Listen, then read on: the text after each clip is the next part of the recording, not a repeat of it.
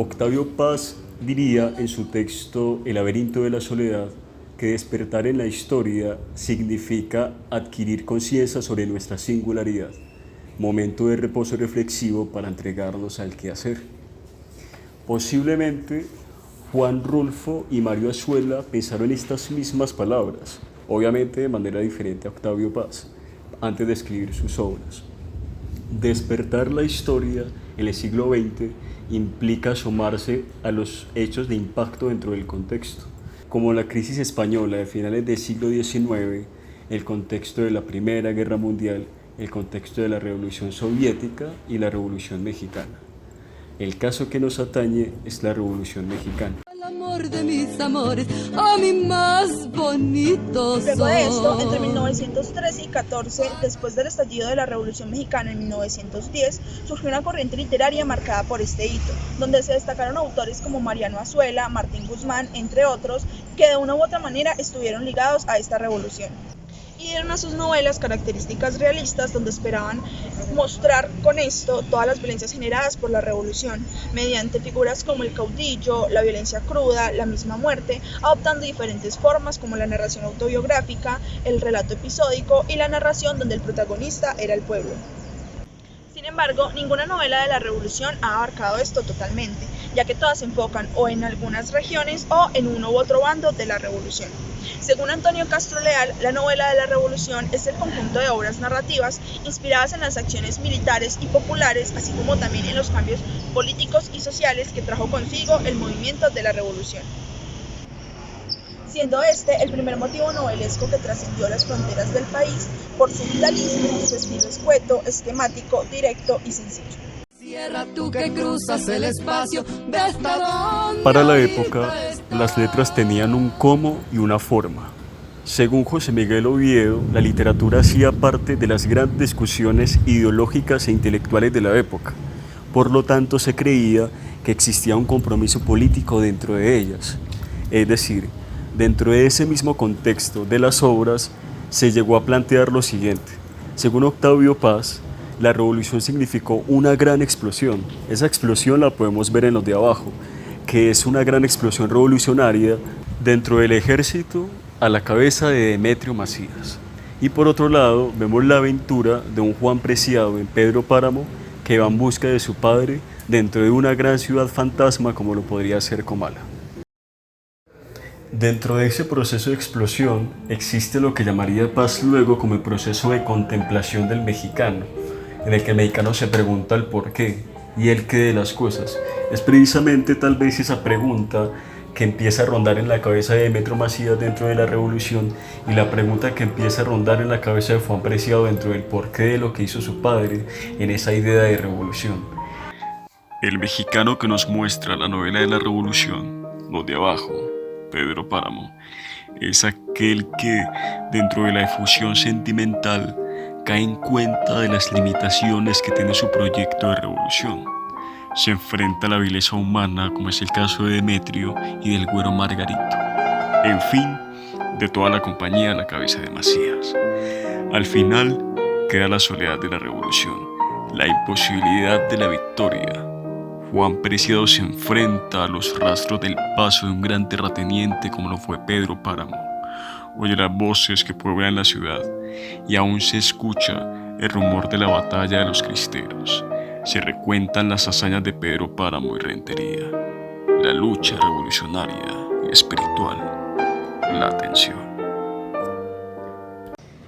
Miremos lo siguiente.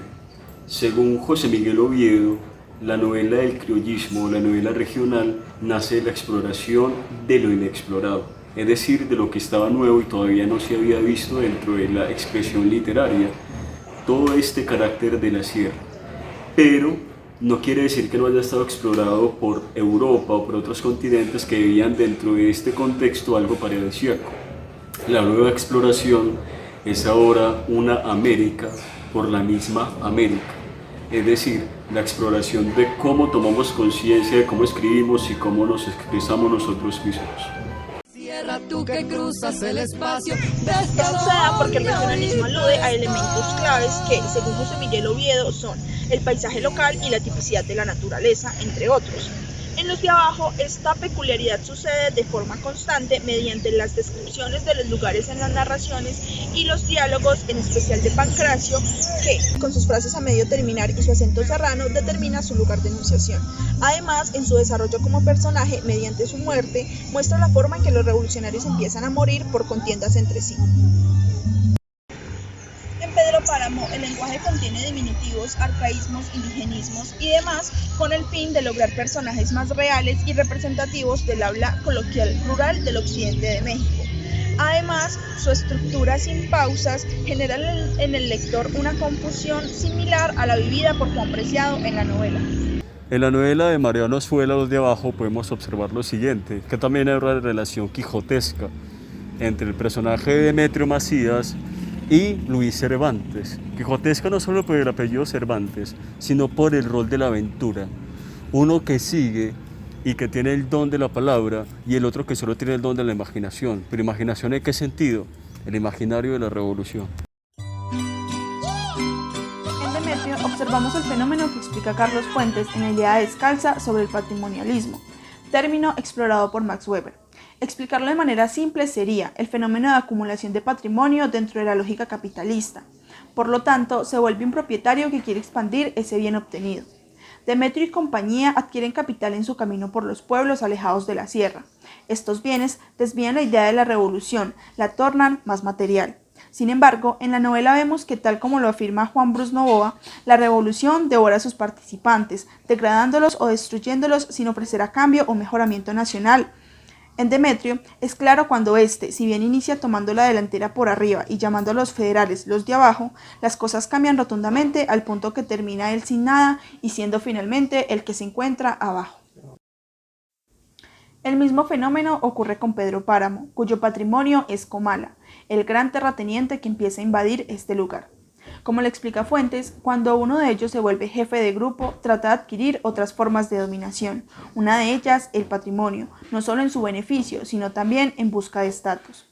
Sin embargo, observamos que en uno ese patrimonio es escaso, como el de la compañía de Demetrio, salvo en el caso de su amigo Cervantes, quien obtuvo un capital que le permitió exiliarse en otro lugar. Los recursos son altos, sin embargo, hay más un patrimonio simbólico, que es la figura del gran patriarca, la cual asume Pedro siendo capaz de encargarse de la administración de la sociedad para así tener cierto control sobre ellos, como se puede ver en la novela, que incluso termina corrompiendo al padre Rentería. Lo cual dio como resultado que la revolución terminara siendo una guerra de fracciones donde los participantes no sabían el por qué ni para qué estaban en ella, como sucedió con Demetrio y sus seguidores. O terminará con pueblos llevados a la extinción por parte de aquellos quienes buscaban otro camino mediante los saqueos, como terminó sucediendo en Comala. Mostrando así el declive de esta revolución, que si bien fue referente para la creación de otras revoluciones y grupos subversivos en Latinoamérica, mostró mediante este declive partes del fracaso de esta.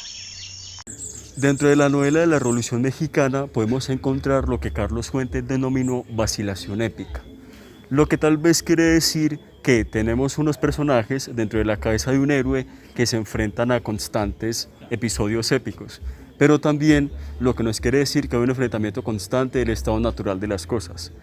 Esto, en Demetrio Macías, lo que vemos es que el ejército se lanza a grandes batallas por la revolución, pero también se lanza a grandes batallas ideológicas, que es preguntarse el por qué, enfrentarse con la naturaleza, que hay peñascos, que hay muertes, que hay algo fúnebre y que hay algo oscuro dentro del ambiente.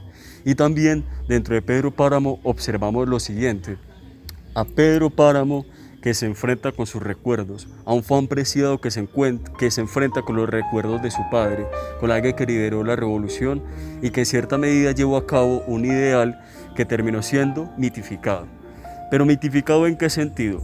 No hay que entender el mito como el origen normal o constante, incluso griego, sino que es un mito que no inicia con el caos, es un mito que inicia con un orden y con un ideal y que termina con un caos. El mito de la revolución. El mito de la modernidad.